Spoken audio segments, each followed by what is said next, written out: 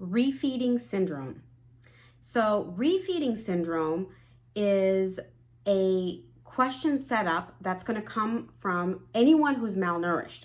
So that could be someone like a pregnant lady who is throwing up a lot, like hyperemesis gravidarum. It could be an alcoholic, a homeless alcoholic, someone who's on total parenteral nutrition. Marasmus and kwashiorkor are the two scenarios I tend to think of first when I think about malnutrition, but that's not so common in the developed world. So kwashiorkor is exclusively a protein deficiency. So this is where you would see predominantly edema, among other things.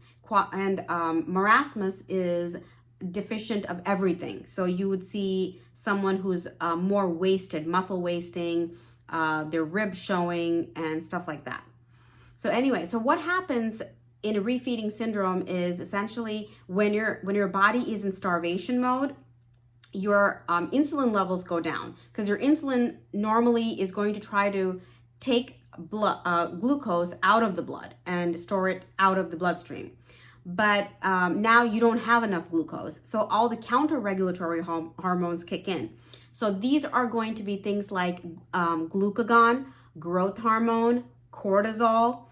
And so they start going up. And that creates a catabolic state as well. So everything is being broken down. And that also creates an electrolyte depletion state. Once you start feeding again, you go into an anabolic state. So this is where you're trying to build everything up. And that also creates an electrolyte depletion. So now the insulin levels start to go up and your counter-regulatory hormones, the cortisol, the growth hormone, and the glucagon, they go down.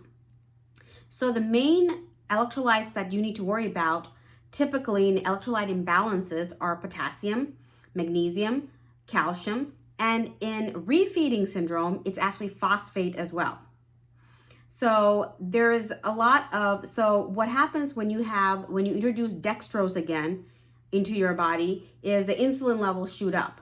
And insulin is going to push not only potassium into the cells, but also phosphate. That's why you see a phosphate depletion.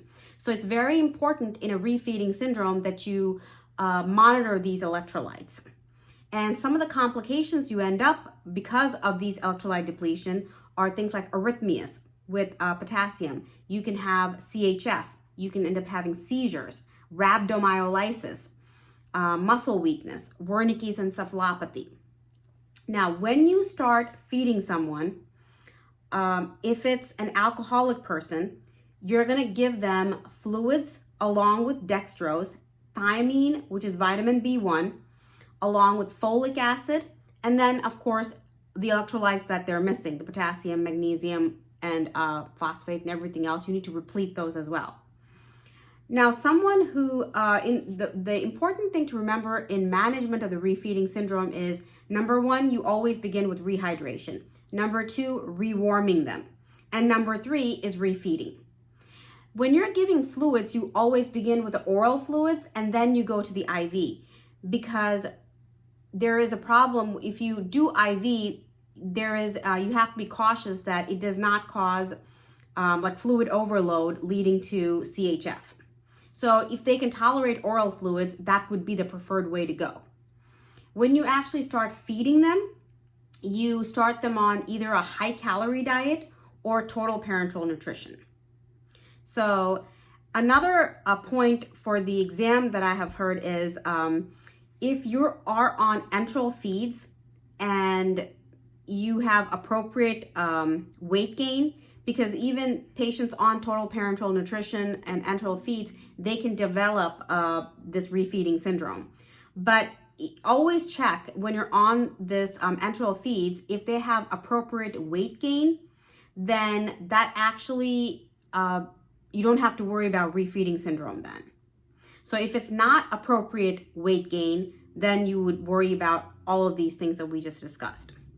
So in the question, remember, you're looking for someone who's an alcoholic who's like homeless, or even just an alcoholic, someone who's living home alone, who's not feeding themselves properly.